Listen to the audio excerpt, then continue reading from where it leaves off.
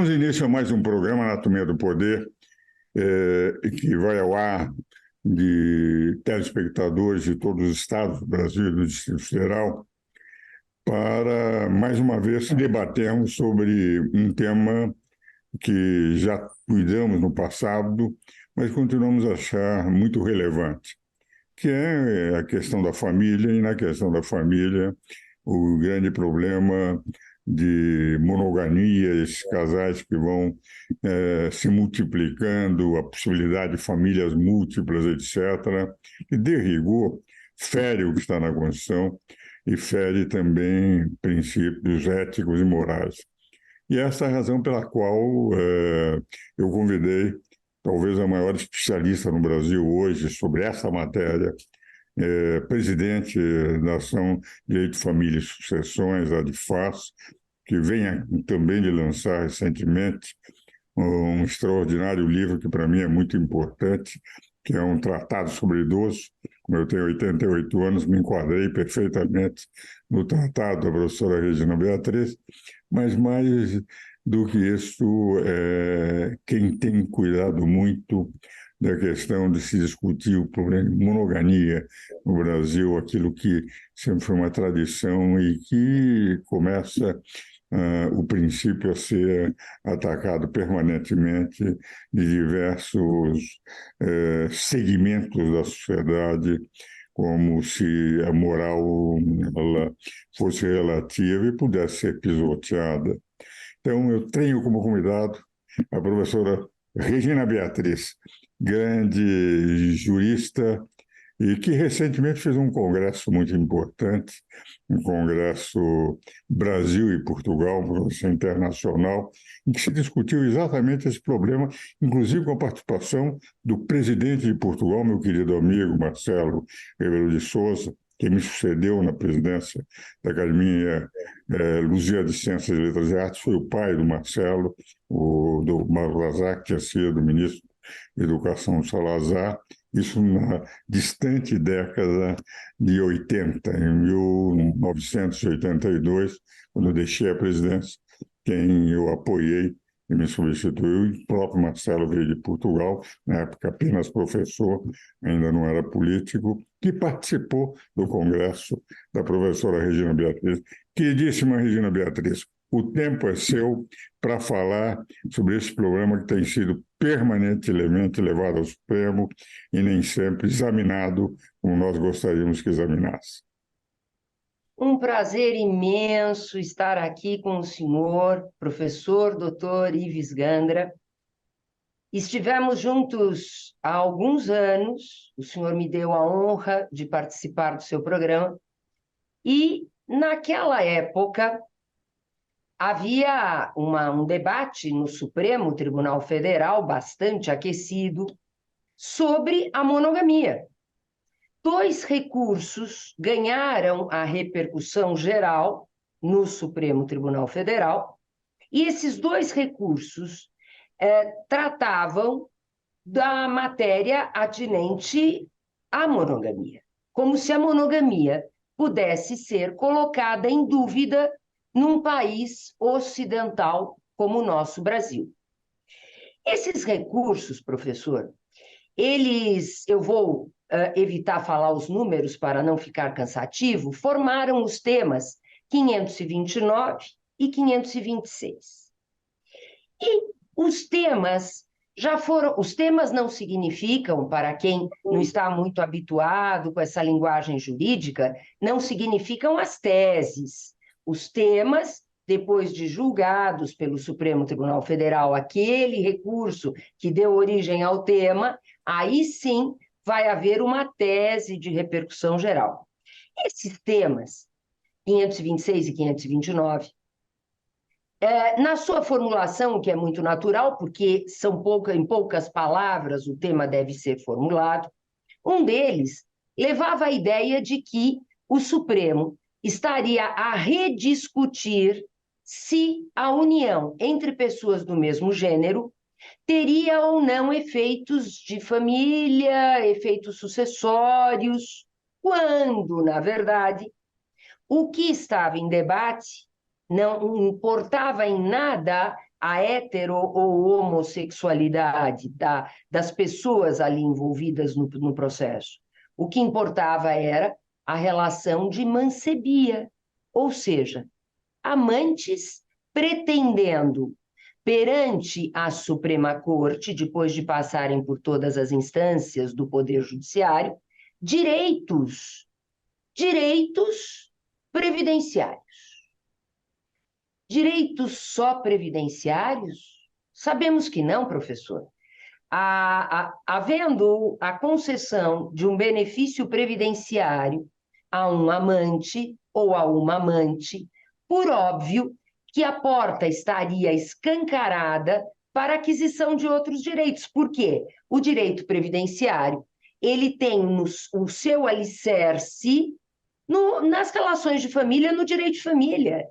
Eu não posso deixar minha pensão para a minha funcionária do lar, por mais que eu quisesse, por mais que ela precisasse, ou para um amigo ou uma amiga que tenha necessidades, eu só posso deixar a minha pensão previdenciária para a pessoa com quem vivo numa relação conjugal ou de união estável, que também, hoje em dia, é a vida como conjugal. Aí, então, começou o imbróglio, uma expressão que hoje se usa muito, não é, professor? Imbróglio, né? Começou o imbróglio, confundindo com a proteção ou não às relações homossexuais, porque o amante era um homem e o falecido era também homem, e o amante queria concorrer com a viúva do falecido na pensão por morte, na pensão previdenciária. Eu esclareci isto diante de um pedido de ingresso no processo, representando a Associação de Direito de Família e das Sucessões, a ADEFAS, um pedido de ingresso como amicus curiae, ou seja, amigo da corte, na tradução literal. Ou seja, aquela associação, que é esta, a ADEFAS, que trabalha em prol da família e dos membros da família. Esclareci, e aí esse assunto ficou, obviamente, devidamente colocado de lado, não importava a homossexualidade ou a heterossexualidade da relação adulterina ou de mancebia, mas aí começaram os outros argumentos, como bem o professor colocou logo no início deste programa, né? Vem, assim, falas e argumentações, inclusive escritas, que chegam a envergonhar. Começaram a dizer os oponentes, porque havia amicus curiae de instituição que queria atribuir direitos para amantes, associação que queria atribuir direitos para amantes, e esse instituto ou essa associação dizia o seguinte na sua argumentação: a relação entre o falecido e a viúva foi só de união estável. Não foi uma relação de casamento.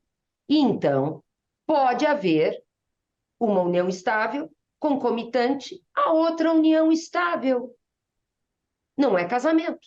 Ou seja, esse instituto, professor, que sempre defendeu a equiparação da união estável ao casamento, está na Constituição. Agora, mudando de opinião para dizer que amantes poderiam viver uma união estável por ser uma relação de união estável aquela original, a relação original.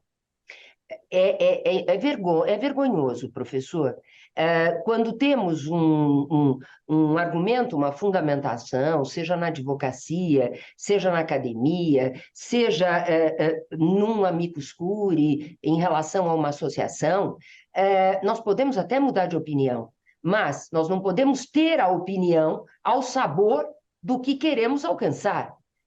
É algo que efetivamente é vergonhoso. Pois bem, aí então, claro, a ADEFAS, desde o início do pedido de amicus curiae, já prevendo esse tipo de argumento, trouxe a Constituição Federal, que o professor Ives conhece mais do que ninguém no nosso país. A Constituição Federal, que no artigo 226 diz que a união estável é a união de um homem e uma mulher. A união estável que, de acordo com o Supremo Tribunal Federal, num julgamento bem mais antigo, atribuiu também às pessoas do mesmo gênero a possibilidade de constituir união estável. Então, hoje a gente lê esse dispositivo, professor, como a união estável é a relação de família ou a entidade familiar formada por duas pessoas. Pois bem, duas, não três, não quatro, não relações paralelas. Isso está muito claro na Constituição Federal. A monogamia, ela nem está tão explícita pela Constituição no casamento civil e casamento religioso, como está explícita na união estável.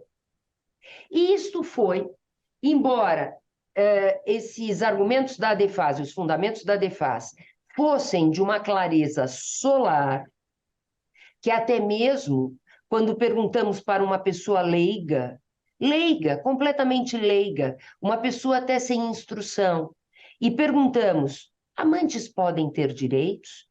E essa pessoa prontamente responde um solene não, porque a sociedade brasileira é ocidental e é monogâmica. Mesmo com tudo isto, nós, no primeiro julgamento, que foi do tema 529, embora um número maior, foi o primeiro a ser julgado, que exatamente era sobre essas circunstâncias que eu acabei de colocar, da relação homossexual em mancebia ou adulterina, tivemos uma votação de 6-5, ganhamos por um voto. Por que os 5 outros ministros, que votaram a favor da atribuição de direitos para a relação, aspas, paralela, quiseram fazer uma distinção entre união estável e casamento? O próprio Supremo Tribunal Federal, que equiparou num outro julgamento, também já há alguns anos, a união estável ao casamento até em efeitos sucessórios. Então, contrassenso. Nós vamos fazer uma rápida interrupção, vamos aos comerciais e já voltamos para continuar do ponto que você parou. Perfeito? Muito bem, professor, perfeito.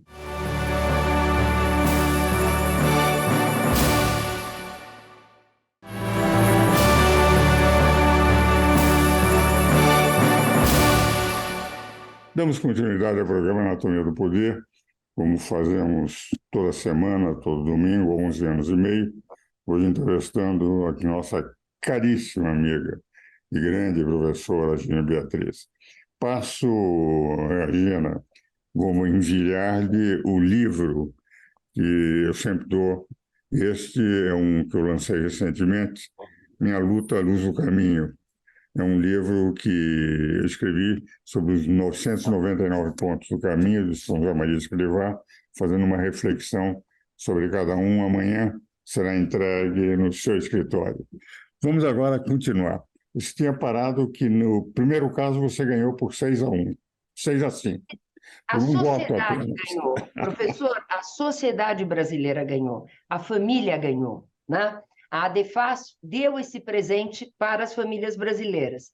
E, no segundo caso, diante de toda a divulgação que foi feita pela ADEFAS a respeito do primeiro julgamento, apenas um voto no segundo processo, no segundo recurso, no tema 526, apenas um voto pelas amantes. Ou seja, maioria quase absoluta. Então, o Supremo Tribunal Federal mudou de posição, né? Essa é a realidade. E todos nós, como eu dizia antes, temos até o dever de mudar de posição quando nos equivocamos, não é?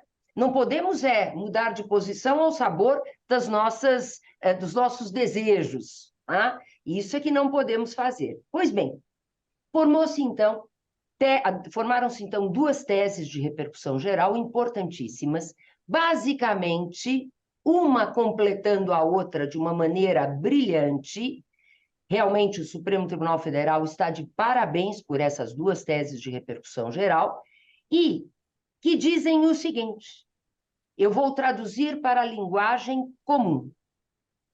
Uma relação paralela ou adulterina não gera nenhum efeito nenhum efeito previdenciário, nenhum efeito, por conseguinte, de direito de família ou de direito das sucessões. Seja a relação curta, seja a relação de longa duração. E até mesmo se essa relação tiver alguma aparência familiar. Porque também havia esse argumento daquele outro instituto, que era o argumento de que, mas a relação de mancebia ou adulterina pode parecer familiar naquele núcleo. A tese também estancou, né, qualquer tipo de argumentação nesse sentido. Aliás, as duas teses, uma complementando a outra. Sempre enfatizado o dever de fidelidade nas teses, não é? A monogamia nas teses, e nós alcançamos, então, esta vitória dupla em duas teses de repercussão geral para a nossa sociedade. Isto é, efetivamente, um valor da Associação de Direito de Família e das Sucessões da ADEFAS, e eu convido a todos para participarem da nossa associação. Basta ir ao site adefas.org.br e inscrever-se. A Diretoria Nacional verifica, avalia o inscrito e aí, então, torna-se associado. Venham conosco trabalhar pela família e pelos membros da família. Olha, Regina, fico muito satisfeito com essa vitória. Aliás, todos os nossos telespectadores têm conhecimento da importância dessa vitória. E é interessante, quem acompanhou os debates constituintes, pegar os debates do artigo 226, que é o da família, naquele também nem admitiam que a união estável ou o casamento, porque diz a união estável, o Estado tudo fará para transformar em casamento, fosse diferentemente ser entre homem e mulher, porque foi alegado naquela ocasião, nos debates constituintes, que não deveria pôr homem e mulher, porque pode ser entre pares do mesmo sexo.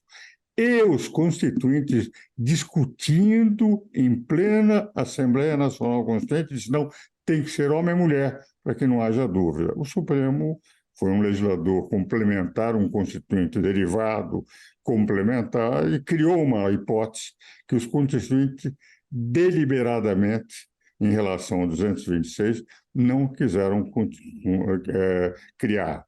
Eles não colocaram pares do mesmo sexo, que queriam que fosse entre homem e mulher. É o que está na Constituinte, é o que está nos debates constituintes, é o que está escrito na Constituição, e não é o que o Supremo definiu.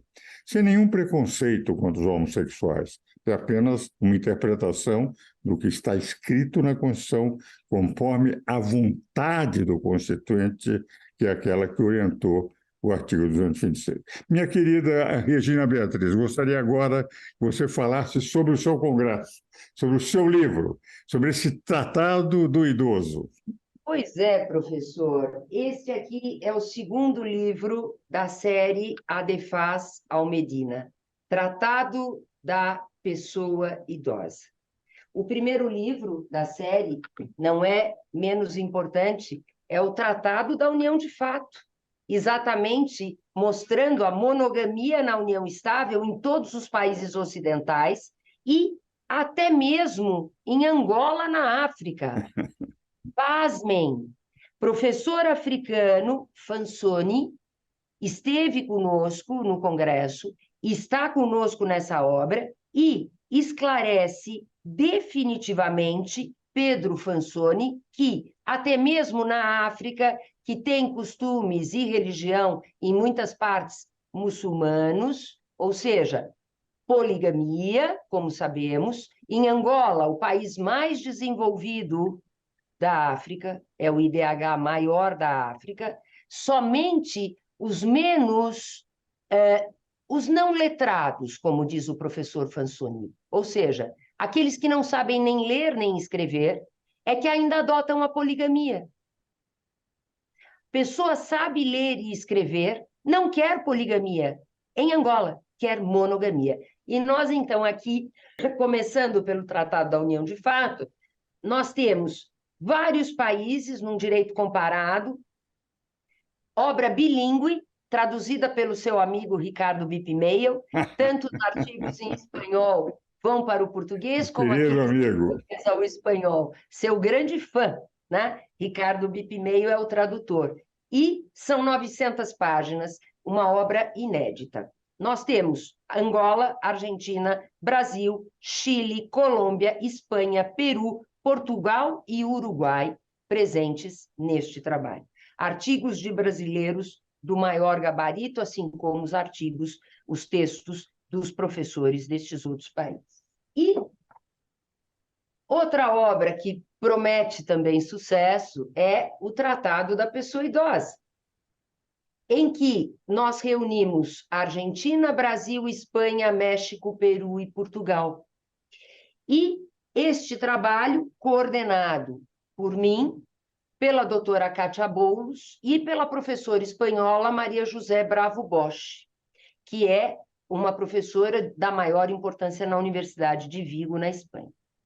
Este trabalho também traduzido por Ricardo Bipmeyer, bilíngue, todo bilíngue, e que chega a uma conclusão importantíssima, tendo inclusive a participação da sua querida filha, da professora doutora Ângela Vidal Gandra Martins. Dentre os brasileiros está a querida Ângela. A conclusão a que se chegou, professor, inclusive diante do Congresso Internacional Pentagonal, que a ADEFAS fez em Portugal e na Espanha, em abril deste ano, está no nosso site, estão vídeos no canal do YouTube, todos podem assistir. A conclusão é de que o Brasil, o nosso Brasil, é o país em que o idoso é mais protegido. Ou seja, se compararmos o nosso país em termos de legislação, em termos de políticas públicas, em termos de vários fatores ali envolvidos na proteção da pessoa idosa, é aquele que mais protege. Protege mais do que os Estados Unidos da América do Norte. Porque nós temos um conselheiro na ADEFAS científico, como é o nosso professor Ives Gandra, também conselheiro científico da ADEFAS, um conselheiro que é o professor Dr. Inácio Socias, e que nos trouxe pesquisa norte-americana, é ali que ele mora, é um espanhol que mora nos Estados Unidos. E é da ONU também, e é conselheiro da ONU. Exatamente, portanto, traz pesquisa segura no sentido de que o Brasil é um país exemplar na lei, nas políticas públicas e em outros, como eu disse, fatores de proteção à pessoa idosa. É claro que nós sabemos, há no Brasil ainda muito o que fazer na aplicação do Estatuto da Pessoa Idosa. É uma lei muito bem feita, mas nem sempre é possível aplicá-la por inúmeras outras condições. Mas vamos usar este exemplo para os outros países e vamos também usar isto para o nosso país se animar, porque é um exemplo de proteção da pessoa vulnerável, do idoso, né? Nesse congresso pentagonal, professor, nós percorremos Coimbra, ali a temática foi biodireito e família, coordenação local do professor Dr. André Dias Pereira. Nós fomos à Universidade Católica do Porto, onde o tema foi empresa familiar e sucessão, autonomia da vontade, solidariedade e novos desafios. Dali seguimos para Vigo, com o tema intervenção do Estado na proteção da família, porque hoje em dia também muito se fala, equivocadamente, que o Estado não pode intervir na família, intervém na proteção. Claro. Tivemos depois também em Salamanca, Universidade de Salamanca, com o tema Diálogos do Direito de Família e das Sucessões. E encerramos em Valência, sob a coordenação do professor Dr. Juan Obarrio, local, Avanços e Retrocessos no Direito de Família e no Direito das Sucessões. Percorremos todas essas universidades, muitos professores brasileiros, argentinos, professores de várias localidades do mundo, até da Ucrânia, da Índia. tratando de toda essa temática, que é a temática da ADEFAS. Foi um sucesso, professor, e todos podem aproveitar no canal do YouTube da ADEFAS destes vídeos com estas aulas brilhantes desses professores durante este congresso pentagonal. Minha querida Regina Beatriz, o tempo é o nosso inimigo, infelizmente estamos chegando ao fim do programa, mas o nosso telespectador pôde conhecer bem o seu admirável trabalho junto ao Supremo e o seu não menos admirável trabalho na união de todas essas universidades, na defesa da família, do cidadão idoso, enfim, de tudo aquilo que diz respeito, como diz a Associação de Direito de Família e Sucessões. Muito obrigado pela sua presença no nosso programa, meus caros telespectadores. Eu os espero novamente no próximo domingo.